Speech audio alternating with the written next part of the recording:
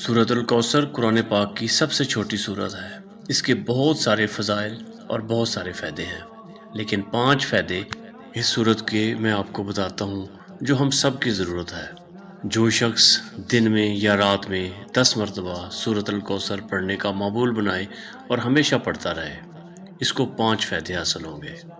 Number 1، اس کے گناہوں کی عادت چھوٹ جائے گی اور اللہ تعالیٰ اس کے گناہوں کو معاف فرما دیں گے۔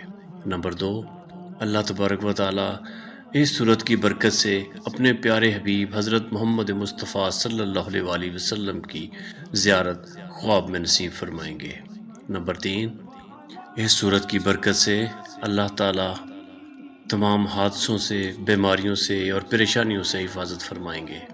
نمبر 4، اس سورت کی برکت سے اللہ تبارک و تعالیٰ آپ کے رزق میں بے پناہ برکت عطا فرمائیں گے۔